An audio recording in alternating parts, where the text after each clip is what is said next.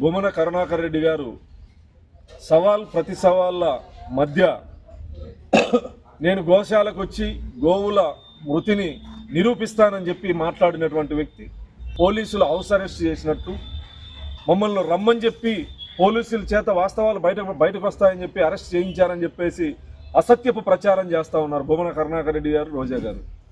Road మీద పడుకొని నిరసన వ్యక్తం చేస్తూ డ్రామాలు ఆడుతూ అక్కడికి వస్తే వాస్తవాలు బయటపడతాయి. కరుణాకర్ రెడ్డి గారు 24లో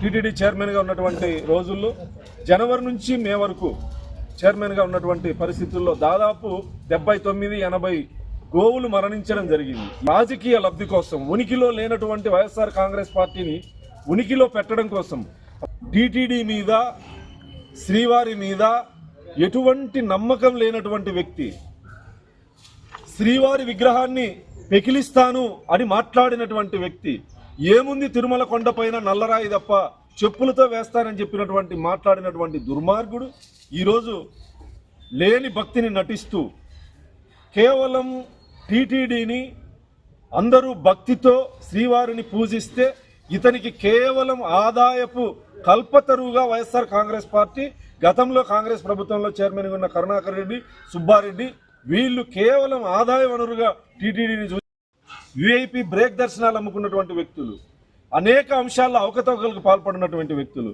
వీళ్ళకి శ్రీవారి మీద ఎటువంటి భక్తి లేదు, అక్కడ ఎటువంటి అభివృద్ధి చేసినటువంటి దాఖలాలు లేవు. తిరుమల టీటీడీని భ్రష్టు పట్టించిన చైర్మన్ ఎవరైనా ఉన్నారంటే కరుణాకర్ రెడ్డి గారు.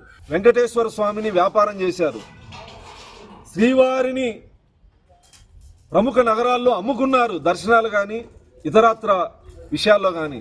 కరుణాకర్ రెడ్డి గారి కొడుకు షాడో చైర్మన్గా అక్కడ వ్యవహరించి క్యాంటీన్ల దగ్గర నుంచి వాటర్ బాటిళ్ల దగ్గర నుంచి అన్ని కుంభకోణాలు కేవలం ధనార్జనే ధ్యేయంగా టీటీడీని, వైఎస్ఆర్ కాంగ్రెస్ పార్టీలో కొంతమంది ఎమ్మెల్యేలు అడవుల్లో ఉన్నటువంటి ఎర్రచందనాన్ని, అదేవిధంగా కొండపైన ఈ రెండు ఆదాయ వనరులుగా చూసినటువంటి దుర్మార్గులు ఎవరైనా ఉన్నారంటే కరుణాకర్ రెడ్డి గారు, వైసీపీ మంత్రిగా పనిచేసినటువంటి రోజా గారు మాట్లాడేటువంటి మాటల్లో మహిళయుండి ఆడంగి వెదవలు అది ఇదని సెల్వమణి గారిని పిలిచినట్టు పిలిస్తే భావేమా రోజా గారు? మీరు మీ ఇంట్లో సెల్వమణి గారిని అలా పిలిచి అలవాటు అయిపోయి బహుశా రోడ్డు మీద కూడా అదే భాష నీకు వచ్చిందేమో. అందరూ సెల్వమణులు ఉండరు. మహిళలు కూడా సిగ్గుపడేటువంటి క్యారెక్టర్ ఈ సమాజంలో ఎవరిదైనా ఉందంటే అది రోజా గారిది. మహిళలు కూడా అసహించుకునే మహిళ ఎవరైనా ఉన్నారంటే రోజా గారు. ఈరోజు గోమాతల మీదకి వస్తున్నారు, గోవుల మీదికి, గోవిందుడి మీదికి వస్తే కాలం తగిన బుద్ధి చెప్తుందనే విషయాన్ని గుర్తుపెట్టుకోవాలి.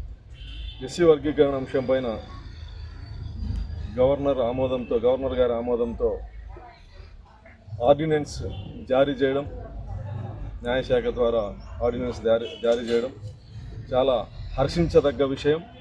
దళితులు అన్ని రంగాల్లో అభివృద్ధి చెందడానికి అవకాశం ఉంది.